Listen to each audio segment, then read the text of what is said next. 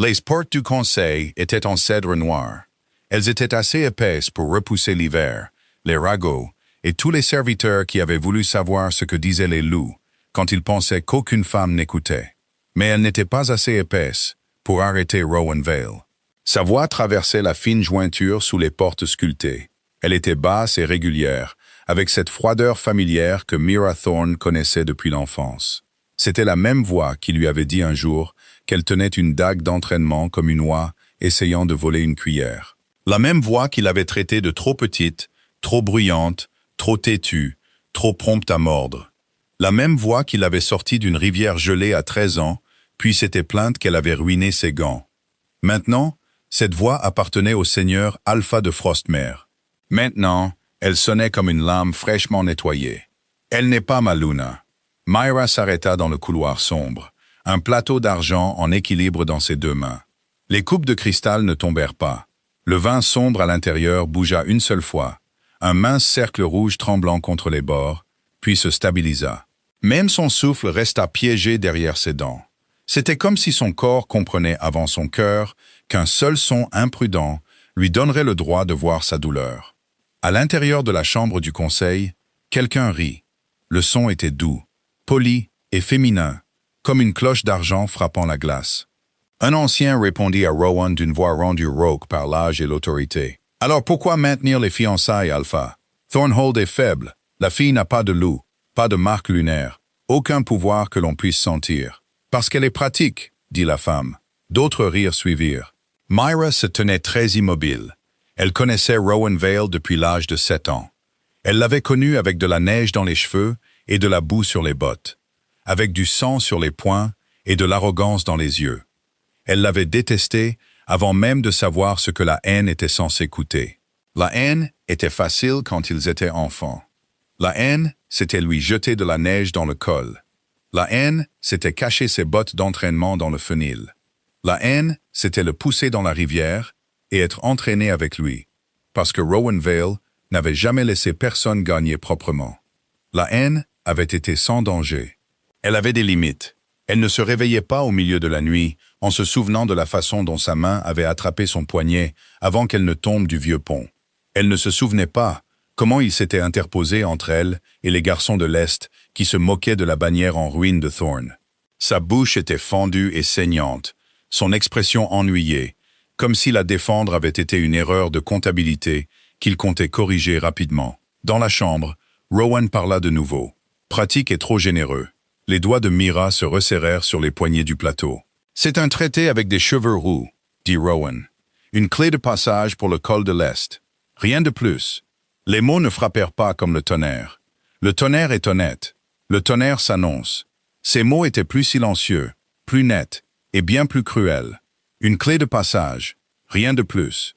À côté d'elle, Bramble leva la tête. L'énorme chien de chasse gris argenté était allongé contre le mur du couloir. Son museau balafré reposait sur ses pattes. Il faisait semblant de dormir, comme toujours, quand les intrigues de la cour l'ennuyaient. Bramble était le dernier chien de chasse de Thornhold. Trop grand pour les salons, trop solennel pour les mains caressantes, et trop obstiné pour le confort de quiconque. Son oreille gauche avait une entaille d'une vieille chasse au sanglier, et ses yeux ambrés portaient la patience grave d'un animal qui avait survécu à plus de gens stupides qu'il ne voulait en compter. Maintenant, ses oreilles se dressèrent, ses yeux se fixèrent sur les portes fermées du conseil. Mira posa le plateau sur une étroite table de pierre avec précaution. Le cristal toucha l'argent avec un son à peine perceptible.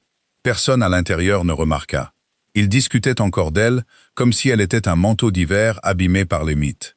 Utile par mauvais temps, mais embarrassant en bonne compagnie. La femme rit de nouveau. Pauvre Mira, elle te regarde encore comme si tu étais le garçon qui se battait pour elle. Rowan ne répondit pas tout de suite. Cette pause fit plus mal que le rire. Puis il dit, « Alors elle aurait dû apprendre plus vite. » Quelque chose en Mira devint froid. Pas brisé. Brisé aurait été généreux. Brisé aurait fait un son, laissé des morceaux tranchants, exigé du sang. C'était plus net qu'une rupture. C'était une porte qui se fermait à l'intérieur de sa poitrine. Elle ne poussa pas la porte de la chambre du conseil. Elle ne jeta pas de vin au visage de Rowan Vale.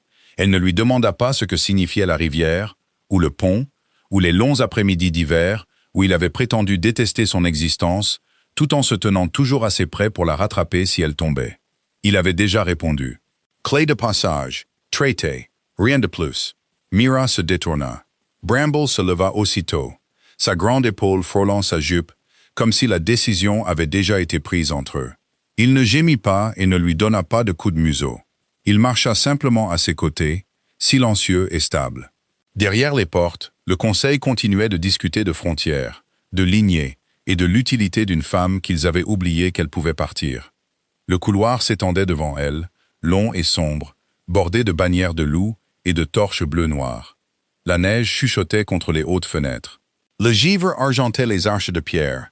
Chaque pas la faisait passer devant un morceau de son enfance. Il y avait l'alcôve où elle s'était cachée avec des gâteaux au miel volé. Il y avait le pilier sculpté que Rowan avait escaladé à 14 ans, juste pour prouver qu'elle ne pouvait pas grimper plus haut.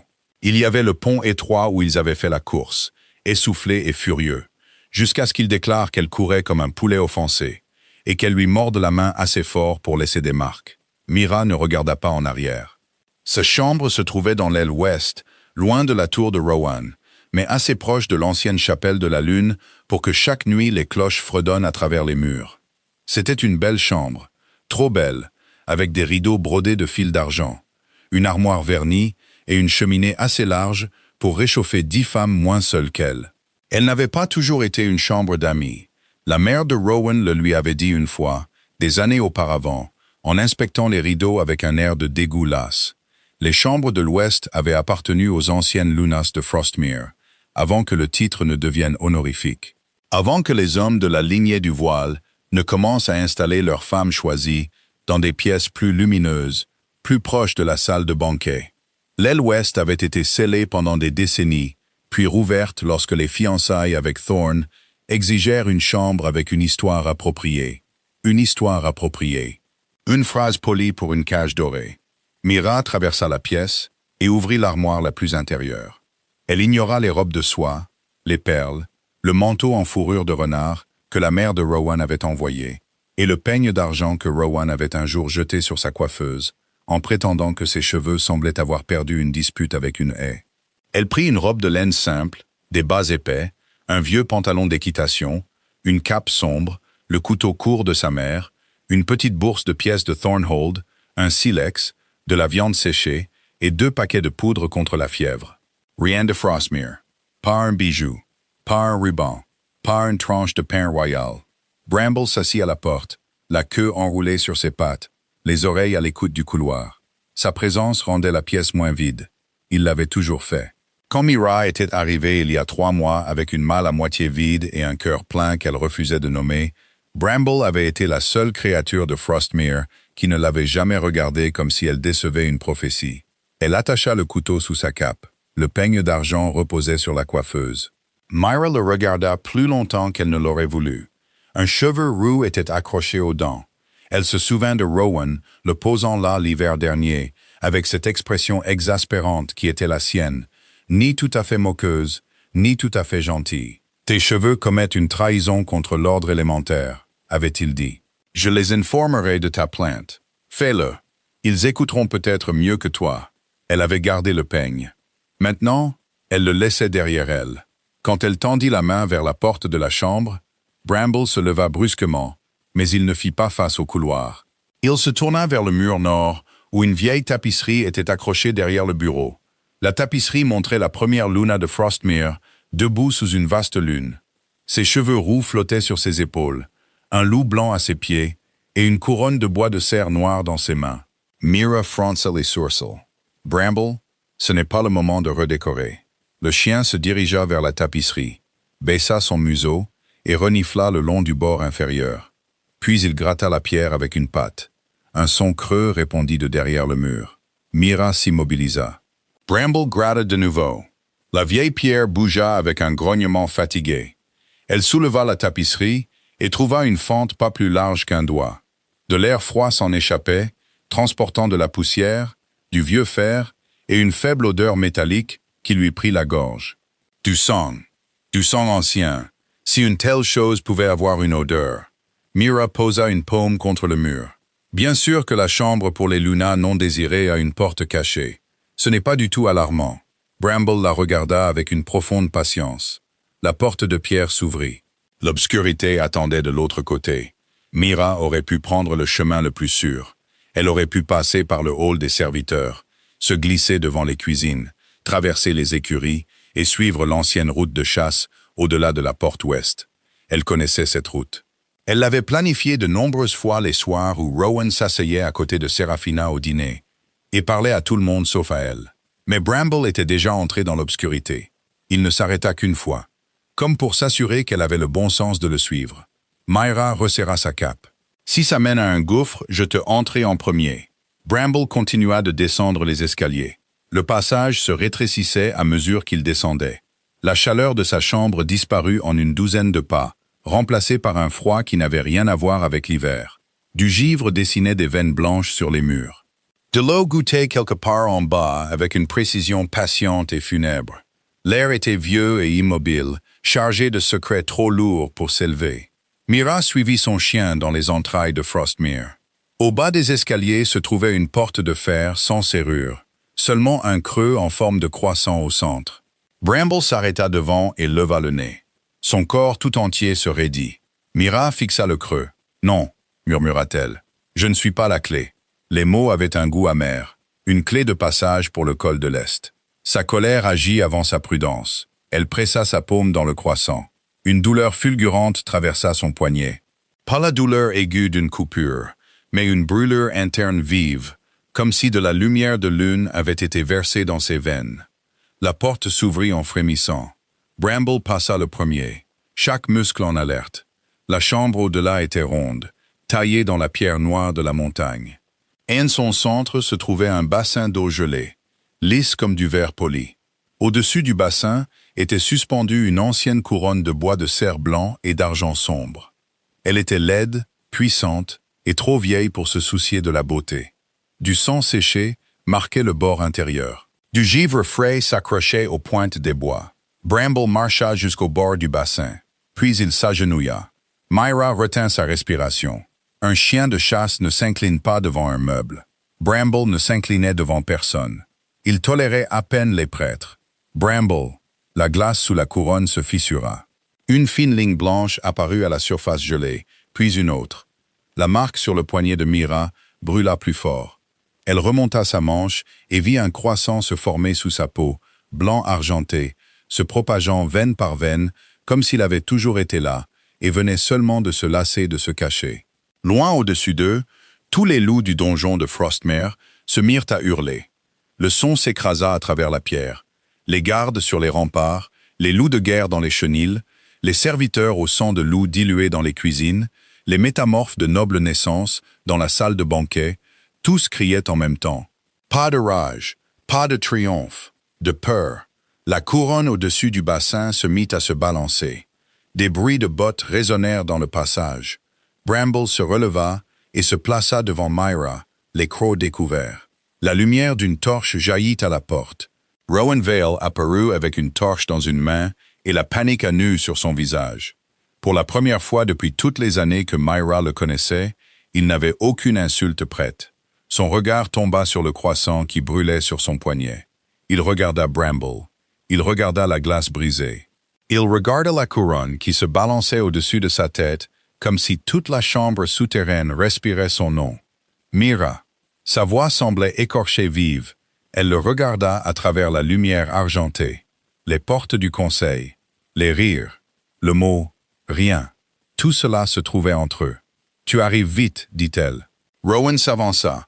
Le grognement de Bramble roula dans la chambre comme un tonnerre lointain. Rowan s'arrêta. « Tu ne peux pas toucher cette couronne. » Mira leva les yeux vers la chose à bois de cerf qui se balançait au-dessus de la glace. « Pour le moment, elle semble plus intéressée à me toucher. » La couronne tomba. Rowan se jeta en avant. Une lumière blanche explosa du bassin avant qu'il ne puisse l'atteindre. Elle frappa la couronne, les murs, le sol et les os de Mira. Elle pensa que le pouvoir la déchirerait. Au lieu de cela, il entra en elle comme un souvenir qui rentre à la maison. Elle vit des champs de neige sous une lune si vaste qu'elle remplissait le ciel. Elle vit des loups répartis sur une plaine blanche, des milliers d'entre eux, tous agenouillés.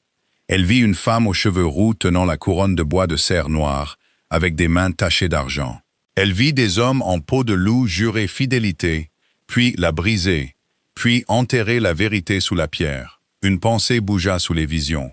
Pas sa Luna, la Luna de personne. Mira ouvrit les yeux. La chambre était silencieuse. La couronne avait disparu. Seule une marque de croissant noirci restait brûlée sur le sol. Le bassin avait de nouveau gelé, mais sous la glace, quelque chose de pâle bougea une fois, puis s'immobilisa. Rowan se tenait à plusieurs pas. Sa torche s'était éteinte. La seule lumière venait du poignet de Myra. « Tu l'as toujours eu, dit-il. » Mira baissa les yeux sur la marque qui s'estompait. « Apparemment. Pourquoi ne me l'as-tu jamais dit ?» Elle rit une fois, doucement, sans humour. « Je suis désolé de ne pas t'avoir tenu informé des décisions privées de mon sang. » Sa mâchoire se crispa. Dans une autre vie, il aurait répondu sèchement. Elle aurait répliqué. Il se serait battu, jusqu'à ce que l'air entre eux crépite. Dans cette vie, il regarda le petit sac sur son épaule. « Tu partais. » Elle ne répondit pas. Il le savait. Rowan tendit la main. « Reviens en haut. » Mira regarda sa main. Elle se souvint de cette main l'attrapant au pont, la sortant de la rivière, lui prenant une coupe de vin drogué à 16 ans, sans expliquer pourquoi. Elle se souvint avoir voulu plus d'une fois faire confiance à cette main. Maintenant, elle glissa sa propre main dans sa cape. « Je ne suis pas ta Luna, » dit-elle. Il tressaillit. « Tu l'as dit toi-même. » Sa bouche s'ouvrit, puis se referma. Mira passa devant lui. Bramble la suivit, son corps entre eux jusqu'à ce qu'ils atteignent les escaliers. Rowan ne la toucha pas. Il ne lui ordonna rien. Il se tenait simplement dans l'ancienne chambre de la Luna, avec la torche éteinte à la main, et regardait la femme qu'il avait appelée une clé partir par la porte cachée. L'aube n'était pas encore levée lorsque Myra sortit par une porte de fer à moitié effondrée, au-delà du mur ouest. L'ancienne route de chasse abandonnée s'ouvrait devant elle, enfouie sous une neige profonde, et des pins courbés par le vent. Frostmare se dressait derrière elle, comme une bête noire accroupie contre les montagnes. Chaque tour et chaque rempart se découpaient nettement sur le ciel meurtri. Mira remonta sa capuche. Bramble trottait devant, sa fourrure gris-argentée captant le peu de lumière qui restait. Elle ne regarda pas en arrière. La première heure fut un froid pur. Il mordit à travers ses gants, brûla ses poumons et engourdit ses orteils dans ses bottes. La deuxième heure apporta la douleur. Ses jambes tremblaient à force de grimper des pentes enneigées. La troisième apporta une étrange clarté vide. Elle avait faim. Elle était gelée. Elle n'était la fiancée de personne. À une ligne de rochers noirs au-dessus de l'ancienne route, elle s'arrêta pour partager une lanière de viande séchée avec Bramble. Le chien accepta sa moitié, avec une dignité solennelle, mâcha 2 fois et la regarda comme s'il remettait en question la qualité de ses provisions. « Ne me juge pas, » dit Myra. « J'ai fait mes bagages sous pression émotionnelle. » Bramble déglutit et continua de la fixer. « Oui, d'accord. La prochaine fois que j'abandonnerai des fiançailles humiliantes, j'inclurai de meilleures collations. » Le chien souffla et baissa la tête. Pour la première fois depuis les portes du conseil, Myra faillit sourire. Des sabots résonnèrent dans la neige. Bramble se leva instantanément, se plaçant entre Mira et la route. Une ligne de cavaliers émergea de la tempête blanche. Manteau noir, chevaux sombres, pas d'armure miroir de givre argenté. Ils se déplaçaient avec une discipline déconcertante. À leur tête chevauchait un homme dans un manteau gris-noir, grand et large d'épaules, avec des cheveux sombres attachés lâchement à la nuque et des yeux de la couleur des aiguilles de pin sous la pluie. Il arrêta son cheval à une distance précise des crocs de Bramble. « Chien sensé, » dit-il. La main de Mira trouva son couteau. « Est-ce que je vous connais ?»« Kashinvar, la crête de Blackpin. » Elle connaissait le nom. Tout le monde dans le nord le connaissait. Kashinvar contrôlait les routes commerciales de l'ouest, 3 cols d'hiver et assez d'argent pour rendre les rois polis. Rowan l'avait décrit une fois comme un homme qui pouvait calculer le coût de vos funérailles avant de décider s'il y assisterait. Myra releva le menton. « Êtes-vous ici pour me ramener à Frostmere ?»« Non. » Le regard de Kashin parcourut son petit sac, ses bottes, le chien et le poignet qu'elle avait trop baissé sur son poignet. « Je n'aime pas le travail non rémunéré. Ce n'est pas une réponse. C'est une très bonne réponse dans la plupart des négociations. » Bramble grogna. Kashin le regarda avec un léger intérêt. « Il ne m'aime pas. Il n'aime pas la plupart des hommes. Excellent caractère. » Mira ne voulait pas rire. Elle faillit le faire quand même. Kashin descendit de cheval, assez lentement pour ne pas provoquer le chien. Il s'arrêta à 3 pas, exactement à la limite de la tolérance de Bramble. Vous venez de la route de chasse ouest de Frostmere sans cheval, sans escorte, et avec un sac trop petit pour un voyage planifié, dit-il. Soit vous fuyez un mariage, soit vous commencez une guerre avec de mauvais bagages. Mira plissa les yeux. Lequel préférez-vous? La guerre. Elle a tendance à impliquer de meilleurs contrats. Je ne signe rien. Pas avec les doigts gelés. Non. Il jeta un coup d'œil à sa main. Black Pine a un relais à 20 miles d'ici. Du feu, de la nourriture, des vêtements secs et des gens formés pour ne pas poser de questions stupides. Vous pourrez vous y reposer et partir quand vous le voudrez. Je n'accepte pas la pitié. Bien, je n'en offre pas. Les mots s'installèrent entre eux, nets et étonnamment soulageants. Mira l'étudia.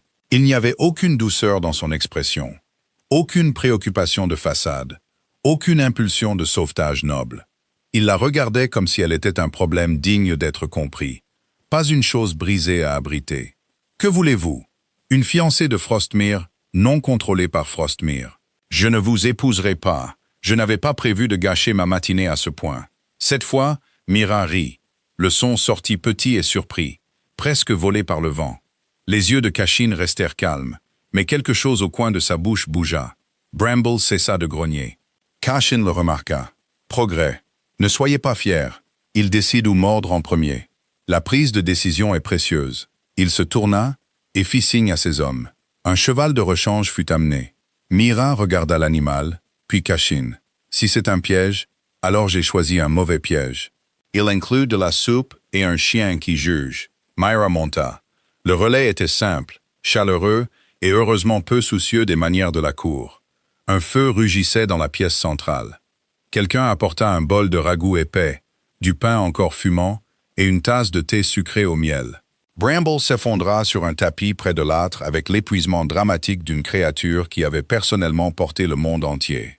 Myra mangea lentement au début, puis avec moins de dignité qu'elle ne l'aurait préféré. Cashin s'assit en face d'elle avec un registre ouvert à côté de son assiette. Il ne demanda pas pourquoi elle avait quitté Frostmere.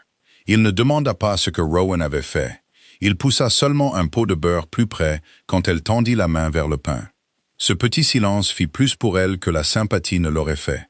Après le repas, une gouvernante apporta des vêtements secs et un pot de pommade. Myra les prit à l'étage, lava la route de sa peau et revint avec ses cheveux dénoués et humides autour de ses épaules. Cashin était toujours à table. Bramble avait obtenu un gros os et prétendait qu'il était apparu par des moyens légaux. Mira s'assit, ouvrit la pommade et essaya de l'appliquer sur la peau à vif de sa main gauche. Ses doigts tremblaient. Pas de peur, se dit-elle, de froid. Le couvercle glissa. Cashin le rattrapa avant qu'il ne roule de la table. Il le posa à côté d'elle sans commentaire. Mira fixa sa main. Un filet de lumière argentée brillait faiblement sous la peau de son poignet. Il pulsa une fois, puis s'estompa. Cashin le vit. Son expression ne changea qu'en devenant plus immobile. « Vous le reconnaissez, dit-elle. Je reconnais assez pour éviter de prétendre que ce n'est pas le cas. Qu'est-ce que c'est? » Il se pencha en arrière, lui donnant de l'espace plutôt que de saisir son poignet. Du vieux sang de Luna. Pas le genre cérémoniel que Frostmere exhibe à côté de ses alphas. Le genre plus ancien.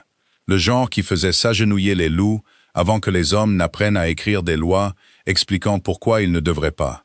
La gorge de Mira se serra. Vous semblez certain. J'ai vu votre chien s'agenouiller quand vous vous êtes approché de l'ancien sanctuaire de la route. Elle cligna des yeux. Vous avez vu ça? Mes éclaireurs l'ont vu. Ils ont aussi entendu les loups de Frostmere hurler sans ordre. Votre marque a le croissant et le motif de veine décrit dans les anciens registres de l'Ouest. Je fais une déduction, pas un miracle. Cela l'aida étrangement. Mira n'avait plus de patience pour les hommes qui savaient tout parce que l'histoire avait besoin qu'ils le sachent. Cashin désigna la pommade. Puis-je? Elle hésita. Puis elle la lui tendit. Il ne prit sa main que lorsqu'elle la lui offrit. Quand il le fit, ses doigts étaient chauds, fermes et prudents. Il étala la pommade sur la peau gercée de ses jointures avec la concentration d'un homme signant un traité qu'il n'avait pas l'intention de regretter. « Ce n'est pas de la pitié ?» demanda-t-elle. « Non, c'est de l'entretien. Je suis un équipement maintenant. Un équipement de grande valeur avec une mauvaise planification hivernale. » Myra aurait dû être offensée. Elle sourit à la place. Bramble leva la tête du tapis, vit Cashin toucher sa main et émit un faible grondement d'avertissement. Cashin ne leva pas les yeux. Votre chaperon s'y oppose. Il s'oppose à tout. Très utile. Il relâcha sa main dès que la pommade fut appliquée. Pas de contact persistant. Pas de tentative de rendre le moment plus doux qu'il ne l'était. Cette retenue rendit Mira plus consciente de la chaleur qu'il avait laissée derrière lui. Elle enroula ses doigts dans sa paume. « Que se passe-t-il maintenant » Cashin ferma le pot de pommade. « Vous dormez » Frostmere panique. « D'ici le matin, quelqu'un prendra une mauvaise décision. Vous semblez expérimenté. » J'ai connu des alphas. Mira regarda vers la fenêtre sombre, où la neige pressait contre la vitre. Rowan viendra. Oui. Il dira que j'ai mal compris. Les hommes confondent souvent les conséquences avec un malentendu. La réponse était sèche, précise, et si juste que Mira le regarda de nouveau. Cashin se leva. Il y a une serrure sur votre porte. Elle fonctionne de l'intérieur. Personne ici n'entrera sans permission. Cela n'aurait pas dû avoir d'importance. Mais ça en avait. Plus tard, dans la petite chambre du haut, Myra resta éveillée près du feu, tandis que Bramble ronflait doucement en travers de la porte. Son poignet pulsait sous la couverture. Chaque pulsation apportait des fragments de rêve. Des loups blancs, des bois de cerf noirs. Une femme aux cheveux roux levant la main sous un ciel de lune. Quand elle s'endormit enfin, elle ne rêva pas de Rowan. Le matin amena Frostmere. Rowan arriva avec 20 cavaliers, le visage creusé par l'insomnie et la neige fondant dans ses cheveux sombres. Il se tenait à l'extérieur du relais comme un homme qui avait chevauché toute la nuit pour trouver non pas une fiancée en fuite, mais une frontière fermée. Mira sortit, enveloppée dans une cape de laine propre. Bramble marchait devant elle. Cashin se tenait derrière son épaule gauche, pas devant elle. Le regard de Rowan trouva immédiatement le sien. « Mira, rentre à la maison. » « À la maison. » Le mot tomba mal. « Quelle partie » demanda-t-elle. « La chambre du conseil où je suis une clé de passage. Ou la tour ouest où je suis censé me taire. » Son visage se crispa. « Tu as entendu une partie d'une conversation. »« J'ai entendu assez d'un homme. » Un murmure parcourut les cavaliers de Frostmere. Rowan fit un pas en avant. Le grognement de Bramble l'arrêta. Cashin enfila ses gants avec un soin tranquille. Ceci est un relais de Black Pine. Les récupérations émotionnelles non invitées ne sont pas un service répertorié. Les yeux de Rowan brillèrent d'or. Ceci est une affaire de Frostmere. Vous l'avez amené sur mon porche. Var, Val. Leurs noms frappèrent comme des lames qui se croisent. Mira leva la main. Elle voulait seulement les arrêter. L'air changea. Tous les chevaux de Frostmere se cabrèrent en même temps. 2 cavaliers pâlirent. Un jeune loup tomba à genoux dans la neige, avant de sembler comprendre ce que son corps avait fait. Mira fixa sa propre main. La marque ne s'était même pas complètement allumée. Rowan le vit aussi. Son expression passa de la colère à quelque chose de beaucoup plus ancien et de plus effrayé. Une calèche d'argent arriva derrière les cavaliers, tirée par des chevaux blancs. Serafina en sortit dans un manteau de fourrure pâle, ses cheveux argentés épinglés sous une capuche ornée de bijoux. Elle regarda Mira, puis Cashin, puis le jeune cavalier agenouillé, et sa bouche se durcit. Alors, c'est ici que la fiancée abandonnée s'est enfuie. Myra baissa la main. Le jeune cavalier allaita et se releva. Serafina s'approcha, mais pas assez pour le confort de Bramble. Tu as toujours su comment rendre un embarras public, et tu as toujours su comment arriver après la pire phrase et prétendre que tu l'as écrite, dit Mira. Les yeux de Serafina se plissèrent. Rowan se tourna brusquement. Serafina, pas maintenant. Oh, c'est exactement le moment, dit-elle. Le conseil est déjà en émoi. Torrin dit que l'ancienne chambre s'est ouverte. Si cette fille porte une marque instable, elle doit être ramenée avant que la rumeur ne se transforme en rébellion. Voilà, pas de l'inquiétude, du contrôle. Les yeux de Cashin passèrent du poignet de Mira au visage de Rowan. Il observait, mesurait, reliant les faits visibles et les peurs exprimées. La voix de Rowan baissa. « Mira, tu ne sais pas ce que Torrin fera s'il t'atteint en premier. » Mira l'étudia. Il fut un temps où cet avertissement l'aurait ramené vers lui. Elle aurait entendu l'urgence, ignoré l'arrogance et cherché sur son visage la preuve qu'il tenait à elle. Maintenant, elle n'entendait que la forme de l'ancien schéma. Il l'effrayerait pour la mettre en sécurité et appellerait ça de la protection. Il la blesserait d'une main et la chercherait de l'autre. « Je ne reviens pas parce que tu as peur, dit-elle. Je n'ai pas peur pour moi. Je sais. Cela l'arrêta. Sa voix ne s'adoucit que d'une fraction. C'est ça le problème. Tu transformes constamment la peur pour moi en décision sur moi. Rowan eut l'air d'avoir été frappé. Serafina émit un son impatient. Touchant, mais à moins qu'elle n'ait l'intention de se couronner dans une auberge de bord de route, cette performance est terminée. Bramble aboya une fois, sec et méprisant. Cashin le regarda. Une opinion juridique concise. La bouche de Mira bougea avant qu'elle ne puisse l'arrêter. Serafina rougit. Les hommes de Rowan ne rirent pas. Ils semblaient trop effrayés pour essayer. Mira recula dans le relais. « Je retournerai à Frostmere quand je le choisirai. Pas avant. » Rowan la fixa comme si elle partait à nouveau. Elle ferma la porte. À midi, Cashin lui avait donné le jardin est. Ce n'était pas vraiment un jardin en hiver, juste un carré clos derrière le relais où des rosiers nus griffaient la pierre et quelques herbes tenaces dormaient sous la paille. La neige avait cessé. Une lumière pâle reposait sur tout. Bramble poursuivait un merle avec un grand sérieux et aucun espoir de succès. Myra se tenait près des parterres d'herbe avec un panier, essayant d'identifier quelle plante avait survécu. Cashin apparut avec 2 tasses de thé et une expression qui suggérait qu'il considérait le jardinage comme une utilisation inefficace du sol.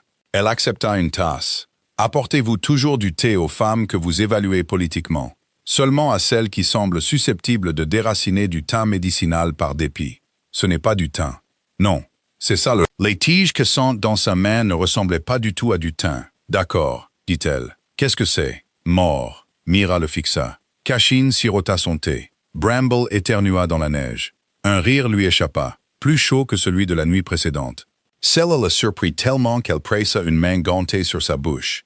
Cashin ne sourit pas ouvertement, mais ses yeux changèrent. Ils devinrent moins comme des pins sombres sous la pluie, et plus comme quelque chose touché par le matin. « Vous êtes très content de vous, dit-elle. Modérément. Vous êtes insupportable. Fréquemment. » Elle secoua la tête et se dirigea vers le parterre suivant. « Si je suis une ancienne Luna, les plantes ne devraient-elles pas m'obéir? Essayez de commander au thym mort. Ce n'est pas du thym. Alors il a déjà désobéi 2 fois. » Myra rit de nouveau. Pour la première fois depuis des mois, le son ne faisait pas mal. Ils passèrent une demi-heure dans ce stupide petit jardin à se disputer sur des herbes mortes pendant que Bramble creusait un trou décisif près du mur, puis se tenait fièrement au-dessus. Cashin affirma que le trou avait une profondeur stratégique. Myra dit qu'il avait une intention criminelle. Bramble ignora les 2 interprétations. Rien de cette heure ne changea le nord. Aucune couronne n'apparut. Aucun loup ne s'agenouilla. Aucune vieille loi ne se brisa. C'est pourquoi Myra s'en souvint. Quand son poignet commença à lui faire mal, Cashin le remarqua sans en faire tout un plat. Il prit le panier de sa main et le posa. « Assez.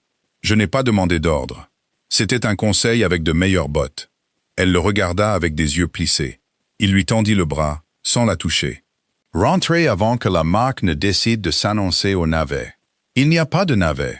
Avec votre confiance horticole, je refuse toute certitude. » Elle prit son bras. « Seulement pour l'équilibre, » se dit-elle. Sa manche était chaude sous ses doigts. Il ne baissa pas les yeux sur sa main. Il ne fit aucun commentaire. Il ajusta son rythme au sien et marcha à ses côtés dans la neige, tandis que Bramble trottait devant, portant un bâton volé comme un décret royal. Ce soir-là, une convocation officielle arriva de Frostmere.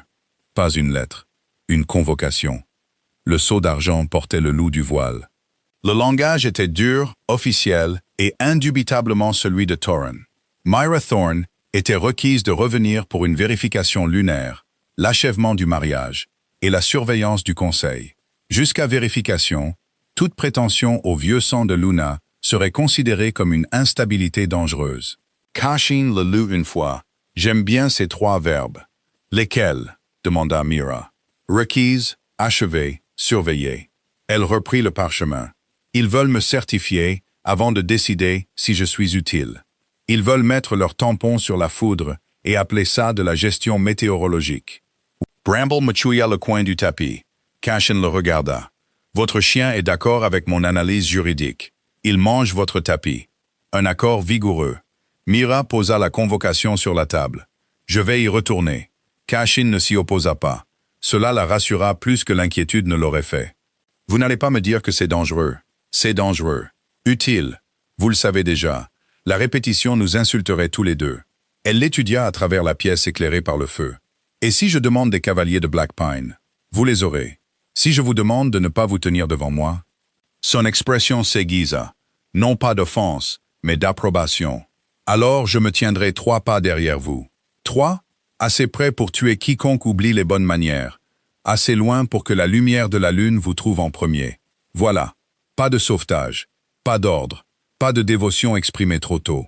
Dès la reconnaissance, Myra détourna le regard, avant qu'il ne puisse voir trop de choses sur son visage. Le lendemain matin, avant le départ, Cashin l'emmena dans la cour d'entraînement. « Je pensais que nous évitions la politique sérieuse, dit-elle, alors qu'il lui tendait une lame d'entraînement.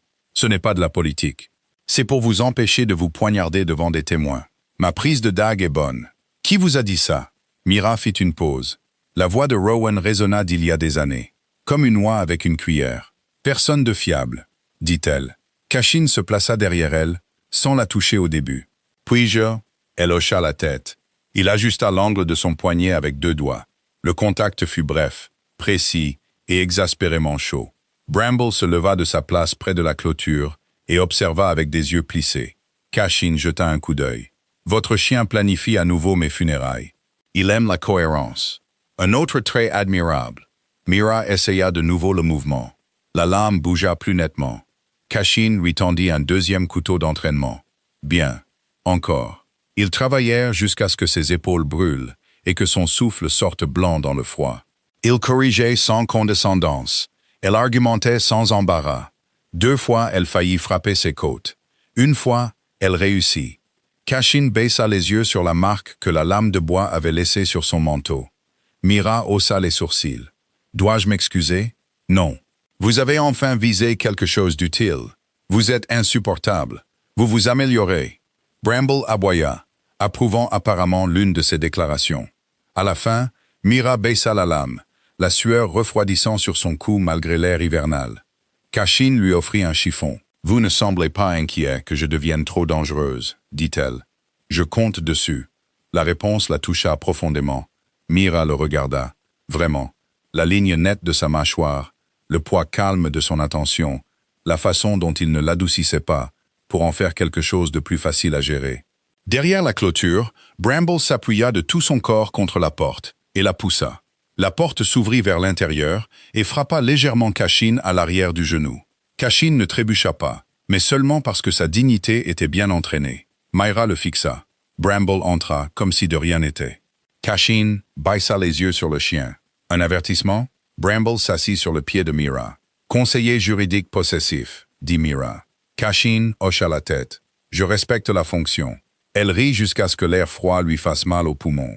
Ce rire la suivit tout le long du retour à Frostmere. 3 jours après son départ, Myra revint par la porte principale.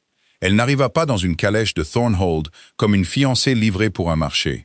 Elle montait un cheval blanc de Black Pine, enveloppé dans une cape grise, les cheveux roux tressés dans son dos. Bramble courait à ses côtés, gris argenté et solennel. Cashin chevauchait exactement 3 pas derrière, vêtu de noir et silencieux, ses cavaliers se déplaçant comme une marée sombre après lui. Frostmere regardait. Personne ne hua. Personne ne chuchota assez fort pour être courageux. Les loups de guerre dans les chenilles inférieures se turent à son passage. Rowan attendait aux portes du Grand Hall. Il portait un habit noir de cérémonie, le fermoir en argent du voile à sa gorge, son visage pâle d'insomnie.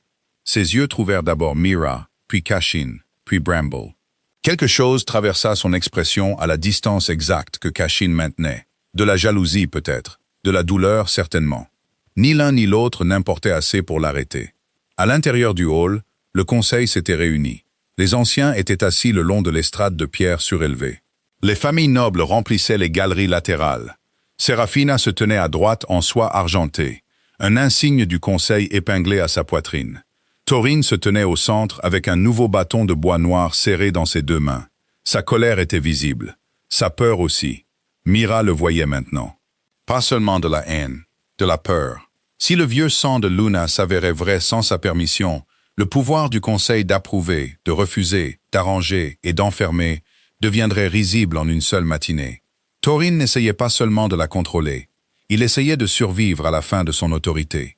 Myra Thorne, dit-il, vous avez quitté Frostmere sans permission, accepté l'abri d'un seigneur extérieur et êtes revenu sous escorte étrangère. Vous vous agenouillerez pour la vérification lunaire. Si votre marque est jugée instable, vous serez confiné dans la tour ouest jusqu'à ce que des mesures appropriées soient décidées. Si elle est jugée valide, vous achèverez le mariage du voile ce soir, sous la supervision du conseil. Le hall devint glacial. Mira regarda Rowan. Son visage s'était durci. Non. Thorin l'ignora. Mira se retourna. Vous avez l'intention de m'enfermer que je sois faible ou puissante. Quelle efficacité! Les lèvres de Thorin se retroussèrent. Vous montrerez du respect. J'en ai apporté autant que j'en ai reçu. Un son parcourut le hall. Le choc peut-être. Ou le début de la peur apprenant son nom. Séraphina s'avança. Assez. Une vraie Luna n'arrive pas avec l'armée d'un autre seigneur et un chien de ferme. Les oreilles de Bramble se dressèrent. Myra posa une main sur sa tête. Ne la mords pas. Pas encore. Séraphina devint écarlate. Sa main se porta à l'insigne du conseil sur sa poitrine, ses doigts agrippant le loup d'argent comme s'il avait soudainement développé des dents. Thorin frappa son bâton contre la pierre. À genoux. L'ordre frappa le hall comme une cloche de fer. Une pression de loup émana de lui, lourde et brutale. Les serviteurs le long des murs haltèrent. Les jeunes loups s'inclinèrent malgré eux. Même les épaules de Rowan se crispèrent. Les genoux de Mira plièrent d'un centimètre. La main de Cashin se déplaça vers son épée. Rowan s'avança.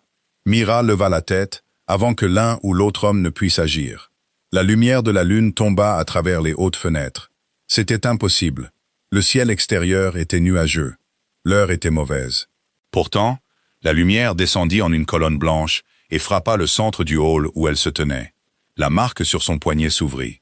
Un feu d'argent courut sous sa peau, sur sa main, le long de son bras, à travers sa gorge. Il ne la brûla pas. Il brûla tout ce qui avait été placé sur elle par d'autres bouches. Clé de passage, traité, gâchis, rien. Les mots disparurent. Le hall sentait la neige, le ping et la vieille lumière de lune. Le bâton de Thorin se brisa en deux. Ses genoux heurtèrent la pierre. Le son résonna. Puis un autre ancien tomba. Puis un autre. Les loups nobles tombèrent par vagues. Les gardes à l'extérieur du hall s'effondrèrent sur un genou. La pression se propagea au-delà des murs. Quelque part en bas, les chenilles se remplirent de gémissements sourds alors que les loups de guerre baissaient la tête. Séraphina lutta le plus durement après Thorin. Ses doigts déchirèrent l'insigne du conseil. Son visage se tordit d'effort, de fierté et de terreur se livrant bataille sur ses beaux traits. Finalement, ses genoux cédèrent, et elle tomba en soie argentée aux pieds de Mira. Bramble ne s'agenouilla pas. Il se tenait à côté de Mira, calme et alerte. La seule créature dans le hall qui semblait totalement non surprise. Cashin ne s'agenouilla pas non plus. Il se tenait 3 pas derrière elle, exactement comme promis, ses yeux fixés sur son dos. Il n'avait pas de sang de loup à forcer à se soumettre, mais il y avait du respect dans son immobilité. Pas de l'adoration, pas de la possession, du respect.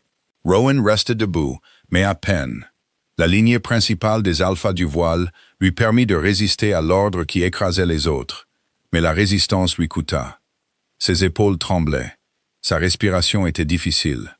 De l'or brilla dans ses yeux, puis s'estompa sous le poids argenté de son pouvoir. Il ressemblait à une montagne, essayant de ne pas s'incliner devant la lune. Pendant un instant, Mira sentit la vieille douleur remuer. Puis elle la laissa passer. Elle marcha jusqu'à Thorin. Le front de l'ancien planait juste au-dessus de la pierre, son visage gris. « Vous vouliez me vérifier ?» dit-elle. Il ne pouvait pas répondre. « Regardez !» Sa tête se leva, parce que sa voix ordonna à son corps d'obéir. Mira n'éleva pas le ton. « Suis-je assez clair ?» Les lèvres de Thorin bougèrent. Aucun son ne sortit. Elle se tourna vers Séraphina. Les yeux de l'autre femme brillaient de larmes qu'elle méprisait clairement. Sa main était toujours crispée autour de l'insigne du conseil. Mira regarda cet insigne, puis elle. « Ils vous ont utilisé aussi, » dit Mira doucement. « Ne me faites pas pitié. Je suis de mauvaise humeur pour la générosité. » La fierté de Séraphina se brisa d'une manière différente. Elle arracha l'insigne de sa robe et le jeta sur la pierre. Le loup d'argent dérapa sur le sol et s'arrêta près du bâton brisé de Thorin. « Je ne suis pas leur fiancé de remplacement, » dit Séraphina, la voix tremblante. « Et je ne vais pas mourir pour leur peur. » Puis elle baissa la tête. Mira accepta cela comme suffisant, pour l'instant. Elle fit face au hall. À partir de ce jour, Thornhold n'est pas la clé de Frostmere. Les loups agenouillés ne bougèrent pas. Le col de l'Est retourne sous l'autorité de Thorn. Si Frostmere veut le passage, il peut négocier. Si Frostmere veut la guerre, il peut d'abord se demander si ses soldats peuvent se tenir debout. Personne ne se leva. Myra regarda Thorin. Le conseil des anciens est dissous. Gardez vos noms, vos maisons, et ce qui reste de votre dignité. Ne me forcez pas à revenir pour la dernière. Un son sourd ondula dans le hall. De la peur, oui. Mais en dessous, autre chose. Du soulagement. Tous les loups n'avaient pas aimé l'ancien conseil. Tous les serviteurs n'avaient pas apprécié de voir des femmes enfermées dans des tours et des hommes appeler ça de l'ordre. Myra sentit leur attention changer, non pas parce qu'elle avait mieux argumenté, non pas parce qu'elle avait produit des documents, mais parce que quelque chose de plus ancien que le conseil avait répondu à son sang. Finalement, elle se tourna vers Rowan. Il se tenait sous les hautes bannières, pâle et secoué, refusant toujours de plier les genoux que le loup voulait plier. Ses yeux contenaient tout ce qu'il n'avait pas dit assez tôt. « Myra », murmura-t-il. Elle attendit. « J'avais tort. » Les mots sortirent avec difficulté. Autrefois, elle aurait tout donné pour les entendre. Maintenant, ils arrivaient comme une lettre envoyée après que la maison ait brûlé. « Oui, dit-elle. » Il déglutit. « Si j'avais su ce que tu étais, tu m'aurais mieux caché. » Il s'arrêta.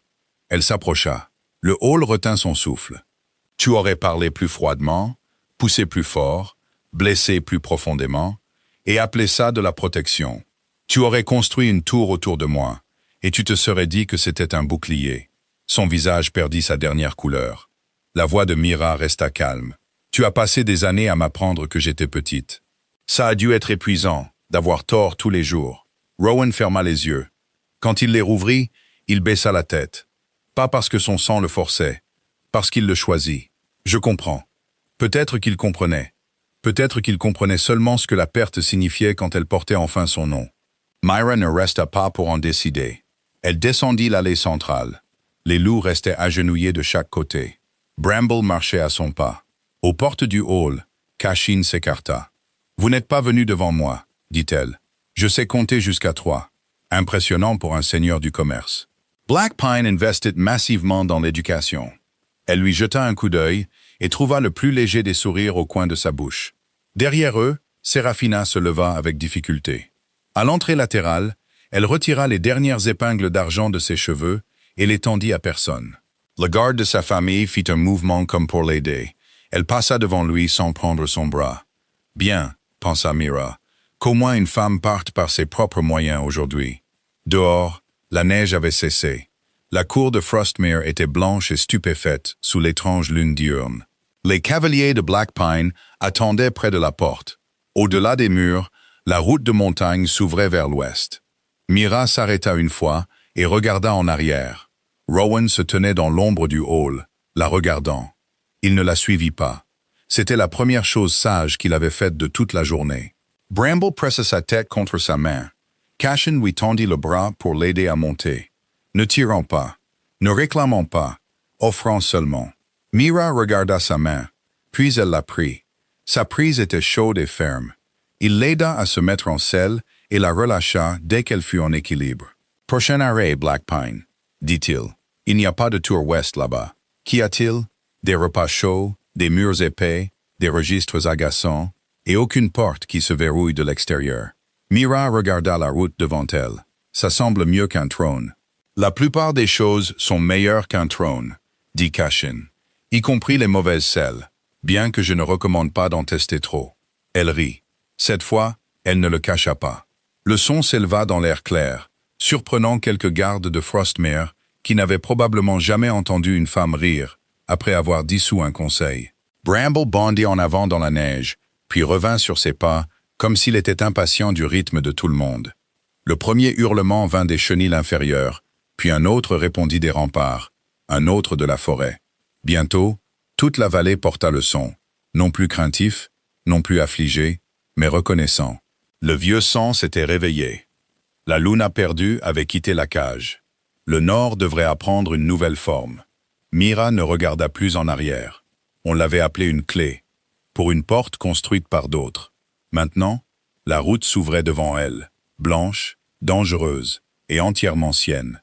À côté d'elle, Cashin guida son cheval 3 pas en arrière, jusqu'à ce qu'elle se tourne et lui lance un regard. « Vous pouvez chevaucher à mes côtés maintenant. » Ses sourcils se haussèrent. « Une promotion? Un ajustement temporaire. Généreux. Ne vous y habituez pas.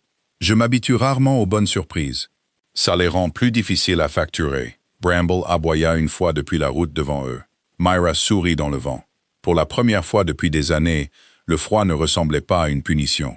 Il semblait pur, il semblait honnête, il ressemblait à un monde assez grand pour la femme qu'elle devenait. Et derrière elle, dans les salles de pierre noire de Frostmare, chaque loup qui l'avait traité d'inutile resta à genoux longtemps après son départ. Si vous avez aimé l'histoire de Myra, abonnez-vous et dites-le moi dans les commentaires. Doit-elle d'abord faire de Black Pine sa nouvelle demeure, ou doit-elle forcer Rowan à regarder tout le Nord choisir son nom?